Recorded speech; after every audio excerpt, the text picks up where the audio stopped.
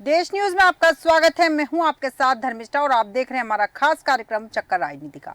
लोकसभा चुनाव को लेकर इस महीने के आखिरी में कांग्रेस उम्मीदवार घोषित करने की तैयारी कर रही है। एआईसीसी की ओर से नियुक्त स्क्रीनिंग कमेटी की अध्यक्ष रजनी पाटिल की अध्यक्षता में आज मध्य प्रदेश कांग्रेस की बैठक प्रदेश कार्यालय में हुई।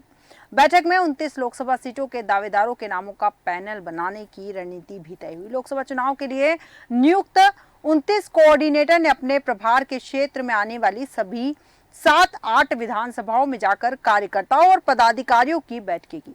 इन बैठकों में संभावित दावेदारों के नामों के पैनल भी दिए गए।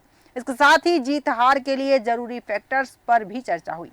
एआईसीसी ने हिंदी भाषी राज्यों का क्लस्टर बनाकर स्क्रीनिंग कमेटियों का गठन किया है। इसमें गुजरात, मध्य प्रदेश, छत्तीसगढ़, राजस्थान, दिल्ली, दमन और दीव, दादरा व नागर हवेली के लिए तीसरी स्क्रीनिंग कमेटी बनाई गई है और रजनी पाटिल को स्क्रीनिंग कमेटी का अध्यक्ष नियुक्त किया गया है। वहीं कृष्णा अल्लावुरु और परगट सिंह इसके सदस्य हैं। ये तीनों नेता बैठक में शामिल हुए। प्रदेश की 29 लोकसभा सीटों में 9 ऐसी है जहां कांग्रेस लगातार 7 बार से ज्यादा चुनाव हारी है। इंदौर, भोपाल और भिंड लोकसभा सीटों पर कांग्रेस लगातार 9 चुनाव हारी है, जबकि दमोह सीट 8 बार से हार रही है। जबलपुर, सतना, सागर, मुरैना और बैतूल सीट पर 7 बार से हार रही है। बालाघाट में लगातार 6 चुनाव। ग्वालियर, खजुराहो में पिछले 4 चुनावों से कांग्रेस हारती रही है। सीधी खरगोन में 3 बार से और होशंगाबाद, राजगढ़, देवास, मंदसौर, धार, शहडोल, खंडवा, मंडला, उज्जैन में पिछले 2 चुनावों से कांग्रेस को हार का सामना करना पड़ रहा है। 2019 के लोकसभा चुनाव में बीजेपी प्रत्याशी प्रज्ञा सिंह ठाकुर 3,64,822 वोटों से जीती थी। प्रज्ञा को 8,66,482 यानी कि 61.54% वोट मिले थे, जबकि कांग्रेस प्रत्याशी दिग्विजय सिंह को 5,01,660 यानी कि 35.63% वोट मिला था। 2014 के चुनाव के मुकाबले 2019 के चुनाव में बीजेपी का वोट शेयर 1.65% घटा था, जबकि कांग्रेस के वोट प्रतिशत में 5.24% की बढ़ोतरी हुई। 2014 के लोकसभा चुनाव में बीजेपी प्रत्याशी आलोक संजर 3,70,696 वोटों से जीत हासिल की थी और आलोक संजर को 7,14,178 यानी कि 63.19% वोट मिले, जबकि कांग्रेस प्रत्याशी पीसी शर्मा को 3,43,482 वोट मिले थे, जो कि 30.39% वोट था। 2009 लोकसभा के मुकाबले 2014 चुनाव में बीजेपी के वोट शेयर में 12.24% की बढ़ोतरी हुई, जबकि कांग्रेस का वोट शेयर 10.67% घटा था। 2009 लोकसभा चुनाव में भाजपा प्रत्याशी कैलाश चंद्र जोशी 65,157 वोटों से जीते थे और कैलाश चंद्र जोशी को 3,35,678 यानी कि 50.95% वोट मिले थे, जबकि कांग्रेस प्रत्याशी सुरेंद्र सिंह ठाकुर को 2,70,521 यानी कि 41.06% वोट मिले थे। 2004 के मुकाबले 2009 लोकसभा चुनाव में बीजेपी का वोट शेयर 14.46 घटा था, जबकि कांग्रेस के वोट शेयर में 11.29 बढ़ोतरी हुई थी। 2019 लोकसभा चुनाव में भाजपा प्रत्याशी शंकर लालवानी 5,47,754 वोटों के अंतर से जीते। लालवानी को 1,68,569 यानी कि 65.59% वोट मिले, जबकि पंकज संघवी को 5,20,815 यानी कि 31.97% वोट मिले। 2014 लोकसभा इलेक्शन के मुकाबले 2019 के चुनाव में भाजपा के वोट शेयर में 0.66% का इजाफा हुआ। वहीं कांग्रेस के वोट शेयर में भी 2.50% बढ़ोतरी हुई। 2014 लोकसभा चुनाव में भाजपा प्रत्याशी सुमित्रा महाजन 4,66,901 वोटों के अंतर से जीती। सुमित्रा को 8,54,972 यानी कि 64.93% वोट मिले, जबकि कांग्रेस प्रत्याशी सत्यनारायण पटेल को 3,88,071 यानी कि 29.74% वोट मिला। 2009 लोकसभा चुनाव के मुकाबले 2014 में चुनाव में बीजेपी के वोट शेयर में 16.16% की बढ़ोतरी हुई, जबकि कांग्रेस का वोट शेयर 17.86% घटा। 2009 लोकसभा चुनाव में भाजपा प्रत्याशी सुमित्रा महाजन 11,480 वोटों के अंतर से जीती। उनको 3,88,622 यानी कि 48.77% वोट मिले, जबकि कांग्रेस प्रत्याशी सत्यनारायण पटेल को 3,77,182 यानी कि 47.33% वोट मिले। 2004 लोकसभा चुनाव के मुकाबले बीजेपी का वोट शेयर 10.69% घटा, जबकि कांग्रेस के वोट शेयर में 10.56% की बढ़ोतरी हुई। 2019 लोकसभा चुनाव में भाजपा प्रत्याशी संध्या राय 1,99,885 वोटों के अंतर से जीती और संध्या को 5,27,694 यानी 54.93% वोट मिले, जबकि कांग्रेस प्रत्याशी देवाशीष जरारिया को 3,27,809 यानी कि 34.12% वोट मिले। 2014 लोकसभा चुनाव में भाजपा के भागीरथ प्रसाद 1,59,961 वोटों के अंतर से जीते थे और भागीरथ प्रसाद को 4,04,474 यानी कि 55.46% वोट मिले थे, जबकि कांग्रेस की इमरती देवी को 2,44,513 यानी कि 33.52% वोट मिले थे।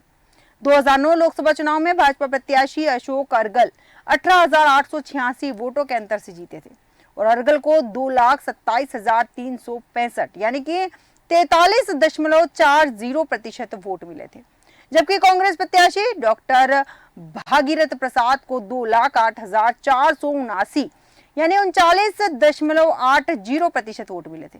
आपको विस्तृत जानकारी के साथ बताते हैं कि कौन सी लोकसभा में कितने चुनाव से कांग्रेस की हार जीत हुई। भोपाल में 9 चुनाव से लगातार हारी है और होशंगाबाद 2 चुनाव में कांग्रेस हार रही है। मुरैना में 7 चुनाव से कांग्रेस हार रही है। बैतूल की बात करें तो बैतूल में 7 चुनाव से कांग्रेस लगातार हार रही है। विदिशा में 9 चुनाव से कांग्रेस हार रही है। छिंदवाड़ा में 1997 के उपचुनाव को छोड़कर बीजेपी यहां नहीं जीती। राजगढ़ में 2 लोकसभा चुनाव से हार रही है। देवास में 2 चुनावों से लगातार हार रही है।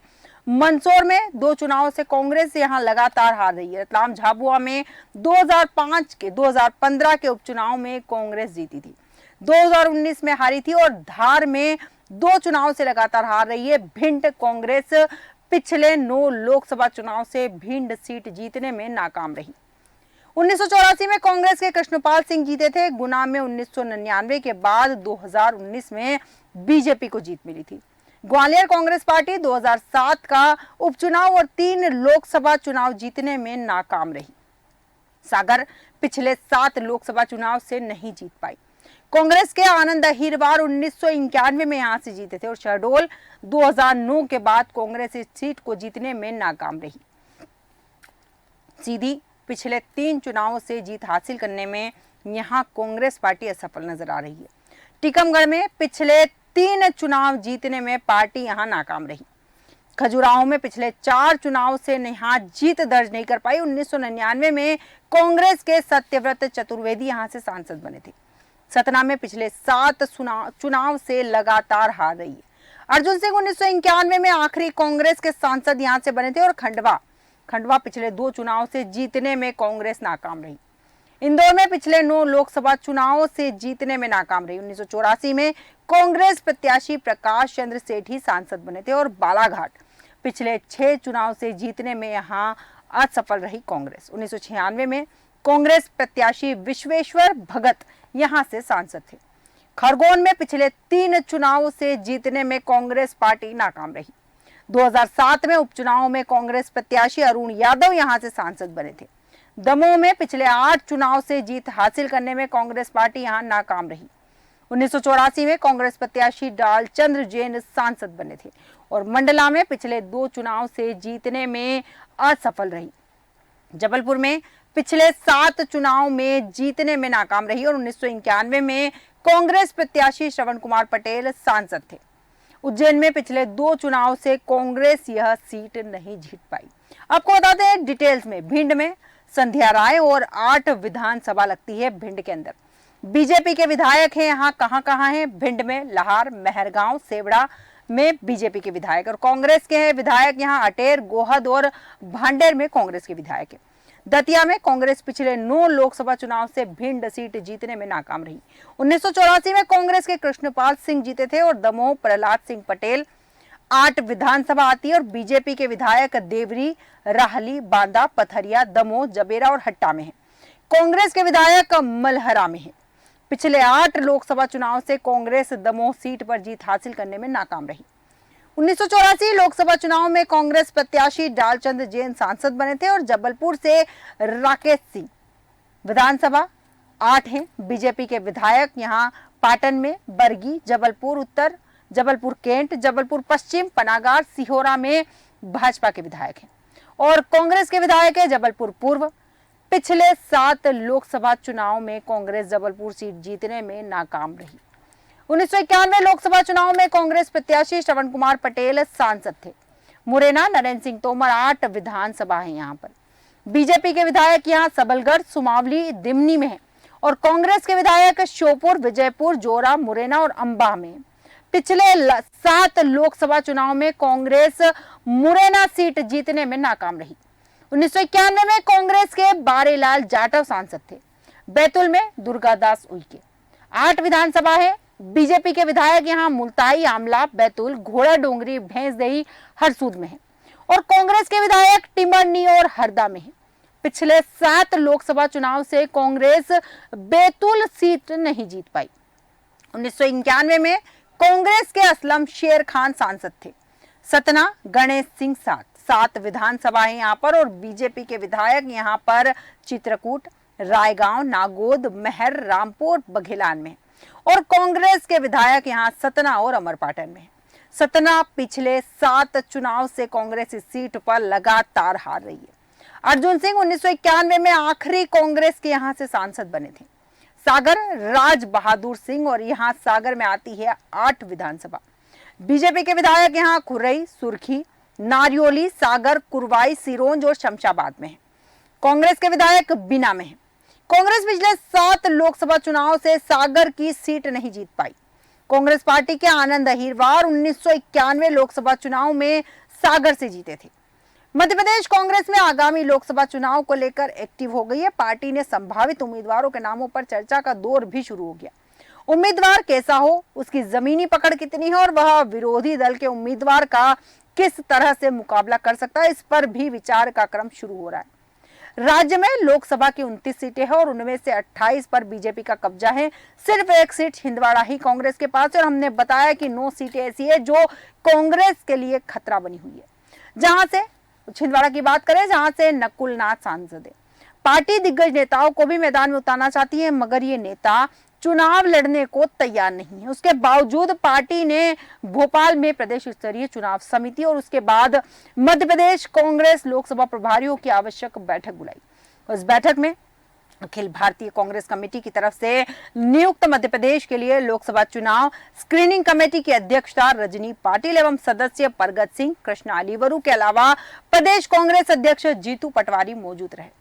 प्रदेश कांग्रेस के उपाध्यक्ष संगठन प्रभारी राजीव सिंह ने बताया कि स्क्रीनिंग कमेटी की अध्यक्ष व सदस्य बैठक के अलावा प्रदेश कांग्रेस मुख्यालय में ही कांग्रेस जनों से मुलाकात करी और लोकसभा चुनाव के सभी संभावित आवेदक भी तीनों नेतागणों से मुलाकात करेंगे। सूत्रों का कहना है कि राज्य की 29 में से लगभग 1 दर्जन सीटें ऐसी है जहां कांग्रेस के पास सक्षम उम्मीदवारों का संकट है।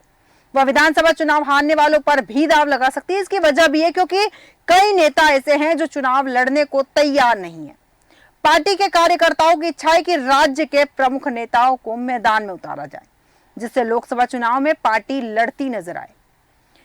स्क्रीनिंग कमेटी की बैठक में यह बात भी उठी कि लोकसभा प्रभारी दावेदारों का जिक्र तो करेंगी, साथ में कार्यकर्ता की मंशा भी बताएंगे। पीसीसी में स्क्रीनिंग कमेटी की अध्यक्ष रजनी पाटिल सभी 29 लोकसभा समन्वयकों से चर्चा कर उम्मीदवारों के नामों की लिस्ट बंद लिफाफों मिली और एआईसीसी ने हिंदी भाषी राज्यों का क्लस्टर बनाकर स्क्रीनिंग कमेटियों का गठन किया। इसमें गुजरात, मध्य प्रदेश, छत्तीसगढ़, राजस्थान, दिल्ली, दमन और दीव, दादरा व नागर हवेली के लिए तीसरी स्क्रीनिंग कमेटी बनाई गई। रजनी पाटिल को स्क्रीनिंग कमेटी का अध्यक्ष नियुक्त किया गया। वहीं अगर हम बात करें इसके सदस्य भी हैं कुछ और ये तीनों नेता बैठक में शामिल हुए। सुबह 11 बजे बैठक प्रदेश स्तरीय चुनाव समिति की शुरू हुई और दोपहर 2 बजे मध्य प्रदेश कांग्रेस लोकसभा प्रभारियों की भी बैठक हुई। इन बैठकों में मध्य प्रदेश के लिए लोकसभा चुनाव स्क्रीनिंग कमेटी की अध्यक्षा रजनी पाटिल, सदस्य प्रगट सिंह, कृष्ण अलीवरू की उपस्थिति और प्रदेश कांग्रेस अध्यक्ष जीतू पटवारी बैठक की अध्यक्षता की। प्रदेश कांग्रेस के उपाध्यक्ष संगठन प्रभारी राजीव सिंह ने बताया है कि इन दोनों बैठकों में दोनों समितियों के सदस्यगण उपस्थित रहे। राजीव सिंह ने बताया कि स्क्रीनिंग कमेटी की अध्यक्ष पाटिल एवं सदस्य प्रगट सिंह एवं अलीवरू इन बैठकों के बाद प्रदेश कांग्रेस मुख्यालय में ही कांग्रेस कार्यकर्ताओं से मुलाकात की। लोकसभा चुनाव के सभी संभावित आवेदक भी इन तीनों नेतागणों से मुलाकात कर चुके हैं और अपनी दावेदारी भी उन्होंने पेश करी। लेकिन बड़ा सवाल ये है कि दावेदारी पेश करने के बाद ये बंद लिफाफों में सारी डिटेल्स दी गई। फिलहाल ये कहना मुश्किल होगा कि कांग्रेस तैयारी नहीं कर रही है। विधानसभा चुनाव में मिली करारी हार के बाद लोकसभा चुनाव 2024 के लिए कांग्रेस पार्टी अपनी कमर कस चुकी है, तैयारियों में जुट चुकी है। लगातार बैठकें हो रही है और पीसीसी चीफ जो कि जीतू पटवारी है, युवा हैं जो लगातार तैयारी करें और अपनी उपस्थिति मध्य प्रदेश में दर्ज करवा रहे हैं। अब देखना दिलचस्प होगा कि कांग्रेस पार्टी लोकसभा चुनाव को किस तरह लड़ती है। हमारे आज के खास कार्यक्रम में इतना ही। बने रहिए देश न्यूज के साथ।